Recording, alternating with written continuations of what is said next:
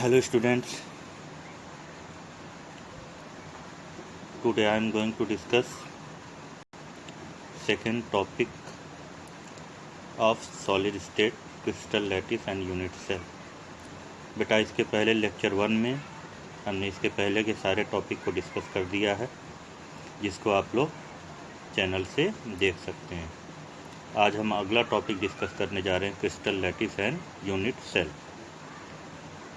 ये टॉपिक थोड़ा सा डिफ़िकल्ट है, इसे हमें ध्यान से देखना होगा। जैसा आप लोग फिगर में यहाँ पर देख रहे हैं कि क्रिस्टल लैटिस और यूनिट सेल जैसा आप देख रहे हो कि ये एक यूनिट सेल है आपका। जब इस यूनिट सेल को हम लोग बार बार रिपीट करते हैं तो हमें 3 डायमेंशनल स्पेस में एक लार्ज स्ट्रक्चर ऑब्टेन होता है, जिसे हम लोग कहते हैं क्रिस्टल लैटिस। तो ये है आपका क्रिस्टल लैटिस और ये यूनिट सेल है। तो यूनिट सेल क्या है? 3 डायमेंशनल स्पेस में जो यूनिट बार बार रिपीट होती है और हमें एक लार्ज स्ट्रक्चर देती है, ऐसे यूनिट को हम लोग यूनिट सेल कहते हैं। और जो लार्ज स्ट्रक्चर ऑब्टेन होता है यूनिट सेल के रिपीटिशन से, उसे हम लोग कहते हैं क्रिस्टल लैटिस। तो इस फिगर में हमें क्लियर कट दिखाई दे रहा है कि यूनिट सेल एक स्मॉल कंपार्टमेंट है जो एटम, आयन या मॉलिक्यूल हो सकता है, जो बार बार रिपीट होकर हमें एक लार्ज स्ट्रक्चर दे रहा है, जिसे हम लोग क्रिस्टल लैटिस बोलेंगे। अब हम इसके डिफिनेशंस को देखेंगे। What is the definition of crystal lattice and unit cell? तो first of all, unit cell is the smallest portion of a crystal lattice which when repeated in different directions generate the entire lattice। तो बेटा जैसा अभी हमने आपको समझाया कि unit cell क्या है, unit cell is the smallest portion of a crystal lattice. ये किसी भी क्रिस्टल लैटिस का स्मॉलेस्ट पोर्शन होता है, which when repeated in different directions generate the entire lattice. जब ये बार बार रिपीट होता है तो आपको कंप्लीट क्रिस्टल लैटिस मिलता है। ये एक आपका यूनिट सेल है जो बार बार रिपीट होगा और क्रिस्टल लैटिस हमको ऑब्टेन होगा। इस फिगर से हमें दिखाई दे रहा है कि यहाँ पर 3 एंगल्स हैं और 3 एंगल्स को हम लोग अल्फा, बीटा, गामा बोल रहे हैं और आर्म्स को ए, बी, सी बोल रहे हैं। तो अगला टॉपिक जो आपका है, ये unit cell is characterised by. तो यूनिट सेल को कैरेक्टराइज्ड हम करते हैं। कैसे कैरेक्टराइज करते हैं? तो यहाँ पर आप दिखाई दे रहा है क्या correct A unit cell is characterised that is A, B and C and angle beta and gamma. तो यूनिट सेल के 6 पैरामीटर्स होते हैं, 3 एजेस ए एंड 3 हैं जिन्हें हम गामा कहते हैं। तो बेटा ये टॉपिक थोड़ा सा डिफ़िकल्ट है, तो हमें परेशान नहीं होना है, थोड़ा केयर करके हम लोग देखेंगे तो चीज़ें समझ में आएंगी। तो what is unit cell? Unit cell is the smallest portion of a crystal lattice, जो बार बार रिपीट होता है और हमको कंप्लीट क्रिस्टल लैटिस देता है। इसके कितने पैरामीटर्स होते हैं? इसके 6 पैरामीटर्स होते हैं, 3 arms A, B, C and 3 angles between that arms alpha, beta and gamma. After that, classification of unit cell. Unit cell बेटा 2 तरह के होते हैं। एक आपका होता है प्रिमिटिव टाइप का और दूसरा होता है centred unit cell.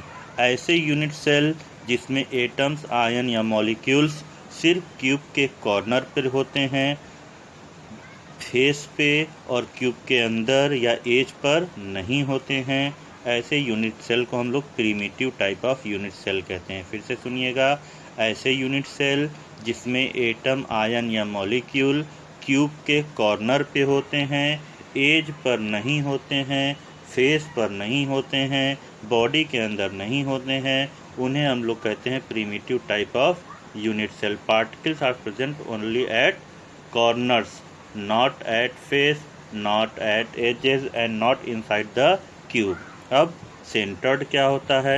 Particles are present at the corners as well as at other position।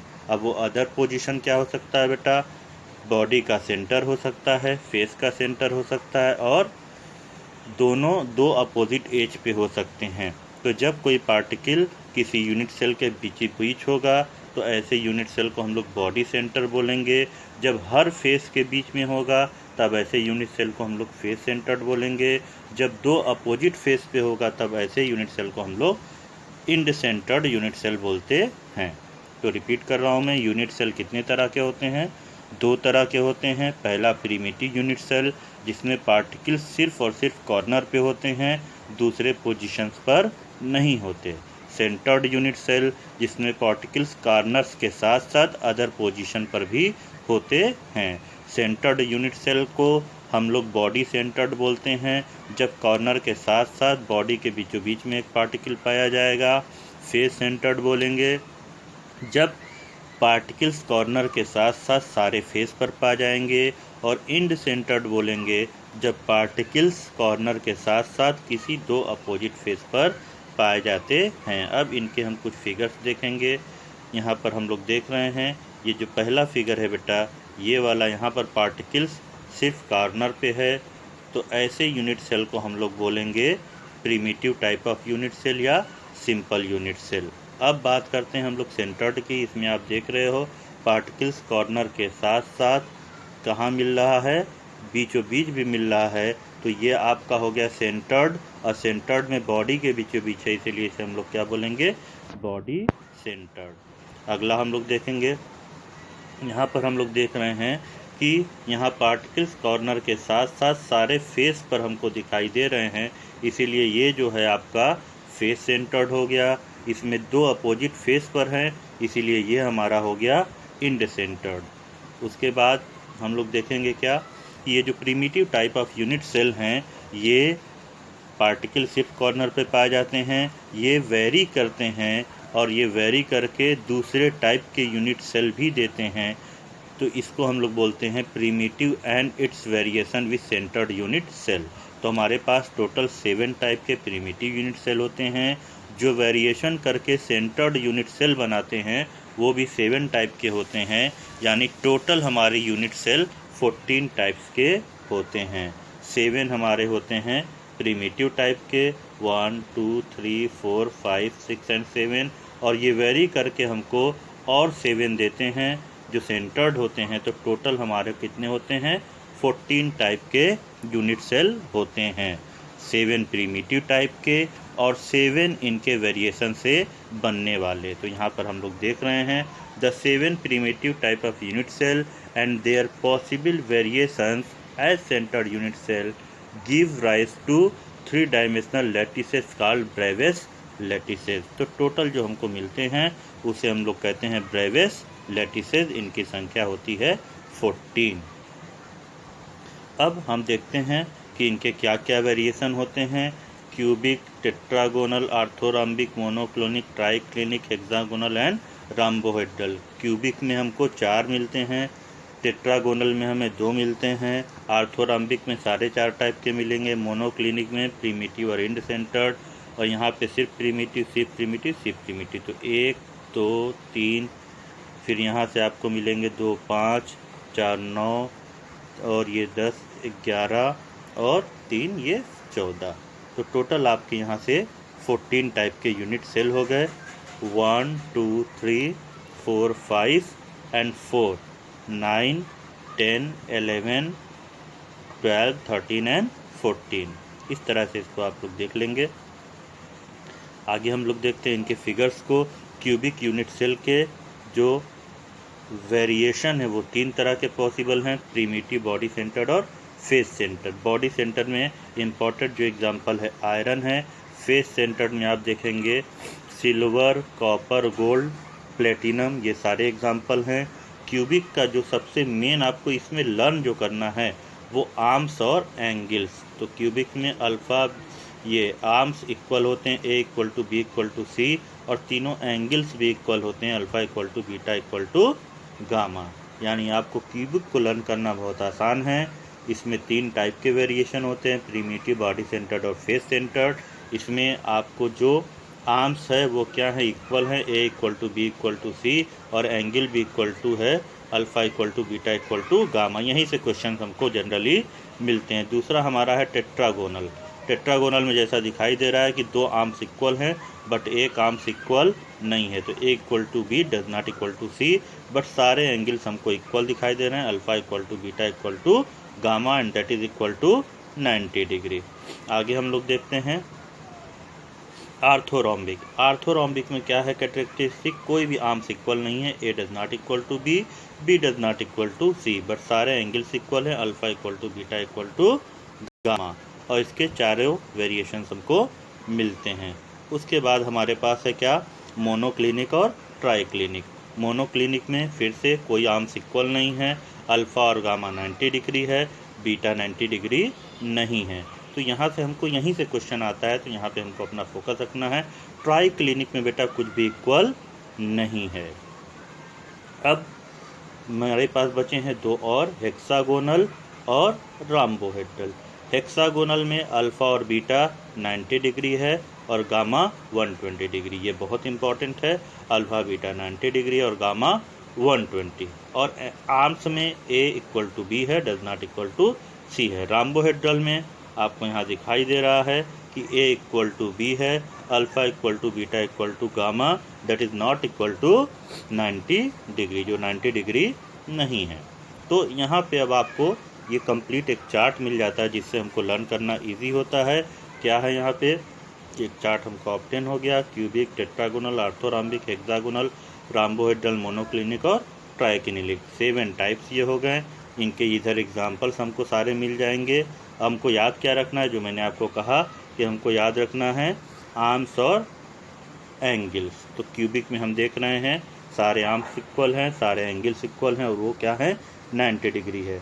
Tetragonal में हम लोग देख रहे हैं कि सारे आर्म्स में से एक आर्म्स अनइक्वल हो गया बट एंगल अभी भी सेम है।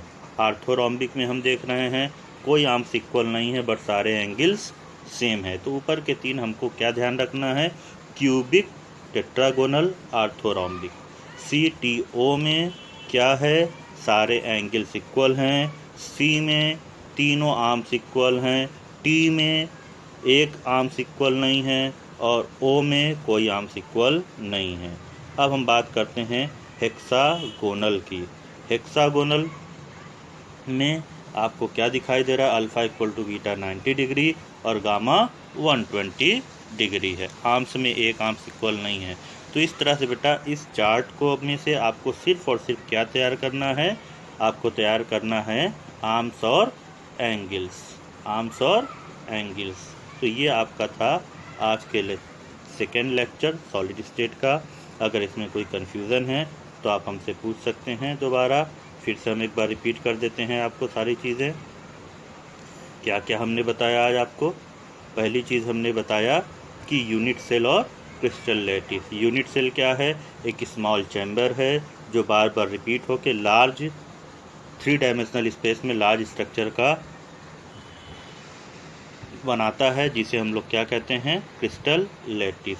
ये यूनिट सेल आपका 2 तरह का होता है, प्रीमिटिव और सेंटर्ड। प्रीमिटिव में पार्टिकल्स सिर्फ कॉर्नर पे होते हैं, और सेंटर्ड में पार्टिकल्स या तो बॉडी में पाया जाएगा कॉर्नर के अलावा, या हर फेस पे पाया जाएगा, या 2 अपोजिट फेस पे पाया जाएगा। ये आपका प्रीमिटिव हो गया, पहला वाला ये आपका प्रीमिटिव हो गया, और ये बॉडी सेंटर्ड हो गया। उसके बाद आपका यहाँ पे फेस सेंटर्ड और एंड सेंटर्ड हो गया। इसके बाद इसके वेरिएशन में हमने क्या कहा, 7 प्रीमिटिव होते हैं और ये 7 में वेरी करते हैं, तो टोटल हमारे हो जाते हैं 7 + 7, टोटल कितने हो गए 14, जिसे हम लोग क्या बोलते हैं, ब्रेवियस लैटिस। अब ये जो 14 हैं वो कौन कौन से हैं, यहाँ पे आपको सारे 14 का डिस्क्रिप्शन है, और यहाँ से आपको फिगर दिखाई दे रहा है सारे किस किस फिगर्स में बॉन्ड एंगल क्या है, आर्म्स क्या है। उसके बाद हमने समरी के फॉर्म में ये आपको एक टेबल दिया हुआ है। हमने ऊपर 3 को लिया कि क्यूबिक, टेट्रागोनल और आर्थोरॉम्बिक। क्यूबिक, टेट्रागोनल और आर्थोरॉम्बिक में अल्फ़ा, बीटा, गामा तीनों के एंगल्स इक्वल हैं और सब के सब कितने हैं, 90 डिग्री हैं। क्यूबिक में तीनों आर्म्स इक्वल हैं, टेट्रागोनल में 2 आर्म्स इक्वल हैं, आर्थोरॉम्बिक में कोई भी आर्म्स इक्वल नहीं है। तो इस तरह से आप 3-3 करके अपना कॉन्सेप्ट तैयार कर सकते हैं।